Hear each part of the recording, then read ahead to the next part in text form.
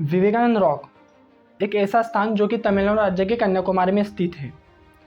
यहाँ तीनों समुद्र, बंगाल की खाड़ी, हिंद महासागर तथा अरब सागर आपस में मिलते हैं। इस स्थान का कुछ आध्यात्मिक महत्व भी है। ऐसा माना जाता है कि देवी कुमारी ने भगवान शिव को प्रसन्न करने के लिए इस स्थान पर तपस्या की थी।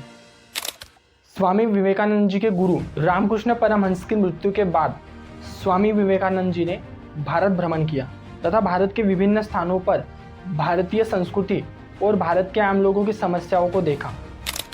भारत भ्रमण करते हुए स्वामी विवेकानंद जी 25 दिसंबर 1892 को कन्याकुमारी पहुंचे और उन्होंने 25, 26 और 27 दिसंबर 1892 को इस चट्टान पर आत्ममंथन किया।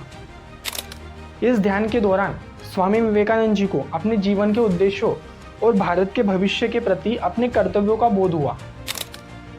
इस ध्यान ने स्वामी विवेकानंद जी को विश्व धर्म महासभा में भाग लेने के लिए प्रेरणा दी और सन 1893 में हुए विश्व धर्म सम्मेलन में स्वामी विवेकानंद जी ने हिंदू धर्म की महानता और उसकी विशालता को विश्व मंच पर प्रस्तुत किया। उस ऐतिहासिक भाषण में स्वामी विवेकानंद जी ने कहा था, मुझे गर्व है कि मैं उस हिंदू धर्म से हूँ जिसने दुनिया को सहिष्णुता और सार्वभौमिक स्वीकृति का पाठ पढ़ाया। मुझे गर्व इस बात का भी है कि मैं उस देश से हूँ जिसने सभी धर्मों और सभी देशों के सताए हुए लोगों को अपने यहाँ शरण दी।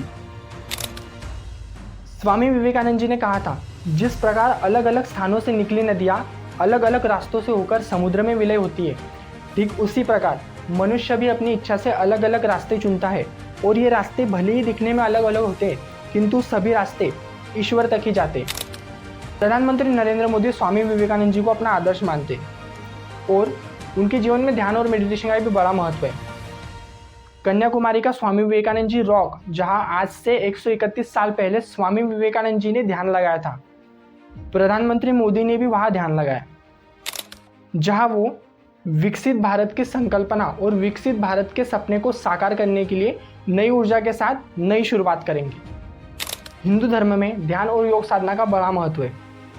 कन्याकुमारी में ध्यान लगाने से पूर्व स्वामी विवेकानंद जी नरेंद्रनाथ दत्त थे। यहाँ ध्यान लगाने के पश्चात उन्हें अलौकिक ज्ञान की प्राप्ति हुई, जिसके बाद शिकागो में हुई विश्व धर्म महासभा में उन्होंने एक ऐतिहासिक भाषण दिया।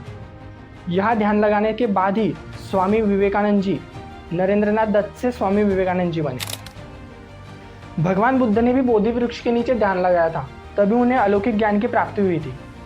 भारत को विकसित बनाने के संकल्प को साकार करने तथा भारत को एक नई गति प्रदान करने के लिए और लगातार तीसरी बार यशस्वी प्रधानमंत्री बनने के बाद भारत के विकास को दुगुना करने के लिए प्रधानमंत्री मोदी के इस ध्यान का बड़ा महत्व है।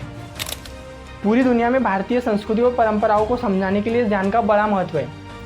इस ध्यान से प्रधानमंत्री नरेंद्र मोदी को भारत के प्रति उनके कर्तव्यों और भारत के विकास के नए दृष्टिकोण को स्थापित करने में मदद मिलेगी।